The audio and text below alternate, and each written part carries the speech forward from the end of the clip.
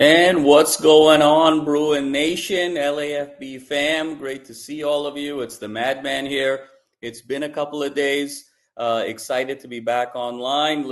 Some reorganization going on with the LA Football Network. There was some family vacations in there. So excited to be back with you on all things UCLA. And we've got a great show today. We're going to be really heavily focused on the hardwood, because my goodness, has the pendulum swung with UCLA basketball over these last 10 to 12 days. We left off in the conversation with the Bruins reeling from 4 consecutive losses, coming off of Mick Cronin's very harsh statements about the team, their level of effort, their level of intensity, what their expectation of success was.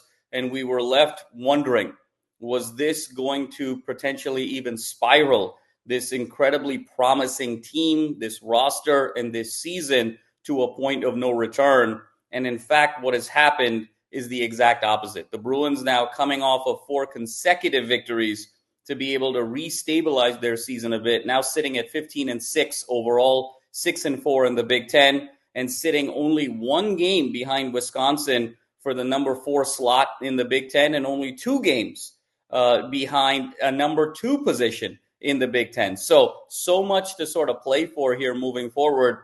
But the Bruins resurgence is where we have to start.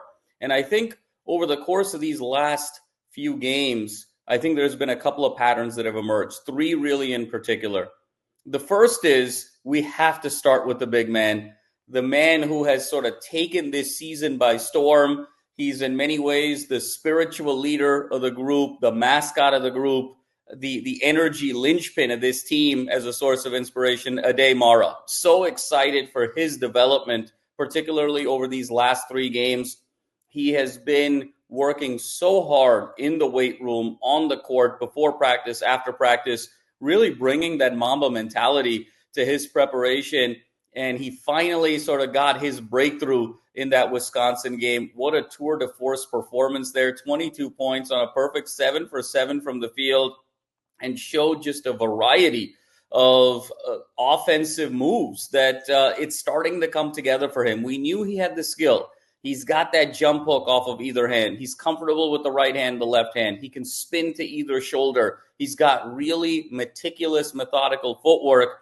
The big question with Mara was always the endurance, the physical stamina, and the physical toughness to be able to bang over the course of 25, 30, 35 minutes in a college basketball environment. And as his development has sort of matured physically, we're starting to reap the incredible results here. Mara has provided this team an interior force that now brings another dimension to this offense, and it's really sort of opened up the offense in so many ways. We're seeing a lot more a high screen and roll, and the ability for Mara to sort of dive to the basket, a lot of lobs, the ability to sort of post him up in a significant way when the shot clock is running low, drawing double teams, drawing traffic in the paint, and then being able to kick it out for wide open threes.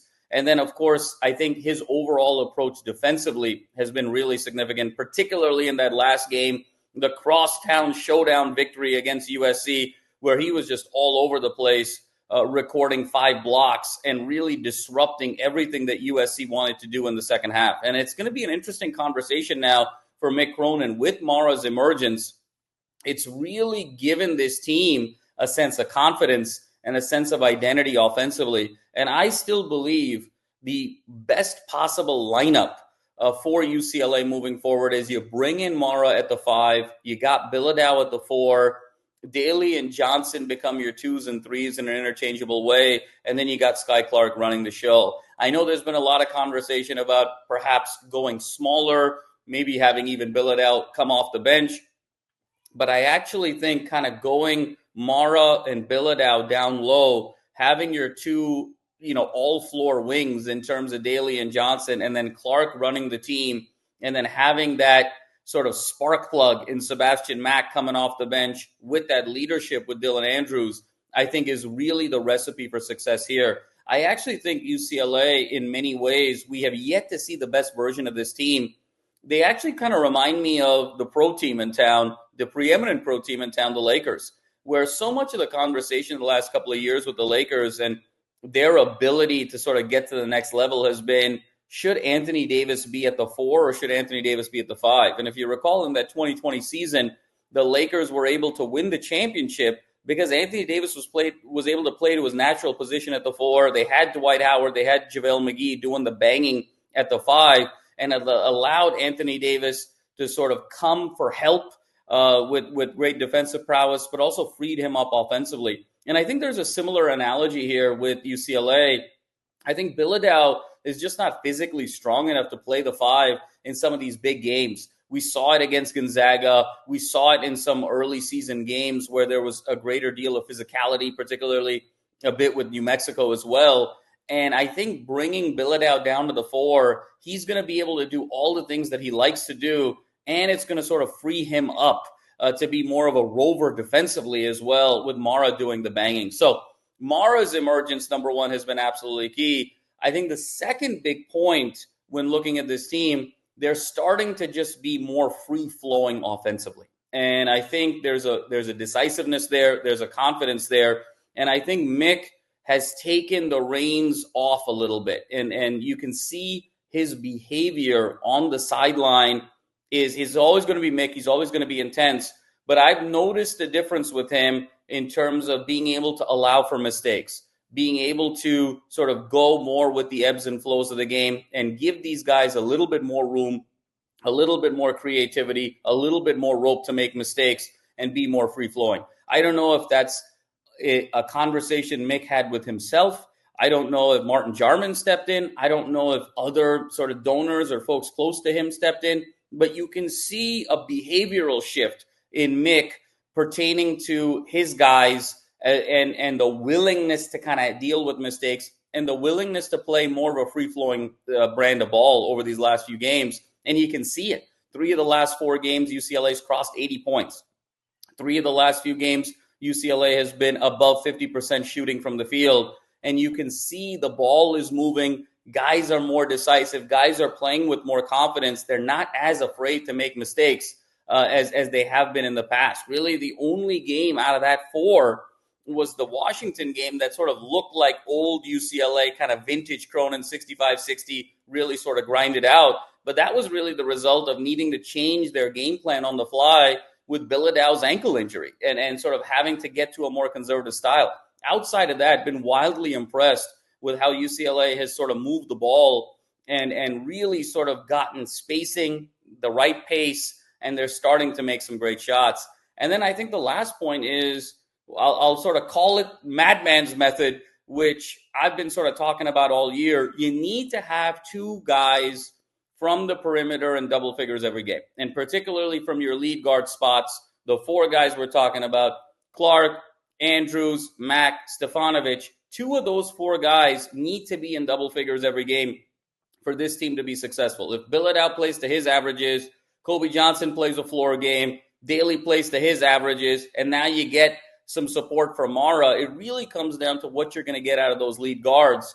And if you look at the last 4 games, 3 of the last 4 games, the Madman method has held up here. The big game against Iowa, you had 3 guys go in double figures. You had Clark, you had Mack, you had Andrews, all in double figures. Against Wisconsin, it was Clark, it was Andrews. And then finally against UCLA, it was Mack and it was Clark in double figures. The only game that they missed, Andrews ended up having 9 points to Clark's double figures, and he hit the big shot late in that game again to sort of give Washington the requisite, to give UCLA the requisite space from a lead perspective against Washington. So Mara's emergence, I think Cronin's self-inspection, and allowing this to be sort of more of a free-flowing game and recognizing that when it's time to sort of lock up defensively, then he can sort of tap into that. He's starting to play a little bit more of a pro-style approach here where he's letting the game be more free-flowing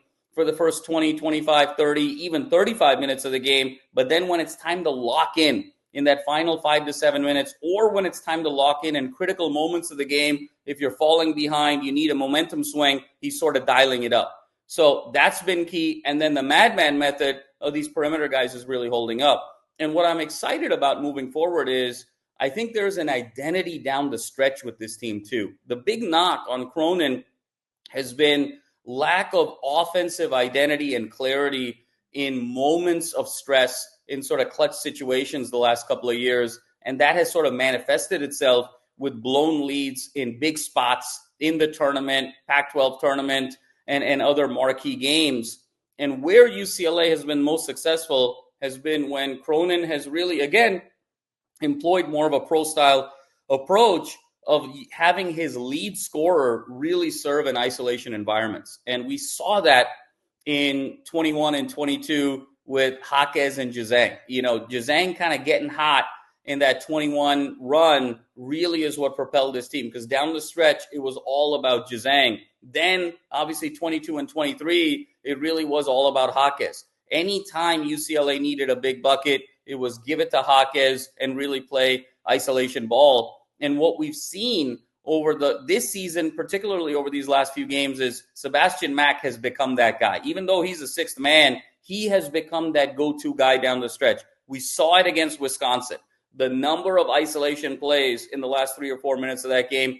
And Mack has this great sort of jump hook floater. He wants to use that body, go right, get in the paint, and then hit that floater. And he's been able to do that very effectively. And then we saw the massive shot that silenced the Galen center, the big three ball to make it 76-72 and have the Bruins prevail and run the city of Los Angeles, at least for the next few weeks. So Mack's emergence really as that next isolation primary player for Mick down the stretch, I think has been critical. But now you can add a wrinkle to that. Because if you can go Mack and Mara high pick and roll down the stretch, now you're giving Mack options. Mack can either drive to the lane, do his floater game, or he can sort of bait the defenders on the switches and sort of lead Mara for a dunk, or they can just create switching. And whoever gets the favorable matchup, then Mack can either go in isolation one-on-one, or you sort of post up Mara against a much smaller player, and he's going to be able to get a clean look. So the fact that now you can kind of go to this Mack-Mara two-man game down the stretch with the versatility that UCLA has, with the depth that they have, with the roster that they have, this is why I've always felt that this was a Final Four quality team. Now Mick is starting to find the slots that are working, and I think his emotional disposition has been growing the last few games. So much to be excited about. Bruin fans sitting now at 15-6, 6-4 in Big Ten play. Next two games are huge. Home for Oregon, home for Michigan State. This is now really an opportunity. These two games, if they can hold serve and protect Pauly and win these two top 15 marquee games, you're now back to where you were right at about the Gonzaga game, the North Carolina game, in terms of what you expect from this team, where they are. So this is really an opportunity, these next two games, to sort of reset and restabilize and re-inject UCLA into the national conversation as a preeminent Final Four contender. And I think Mick has also been playing cute with the media the last couple of days when he's been baited with these questions about Mara, about Bilodeau, about how much room is there in the starting five. And he said, look, no one's a lottery pick, and I'm not hearing anyone talk to us about being a Final Four contender. And I think he wants to maintain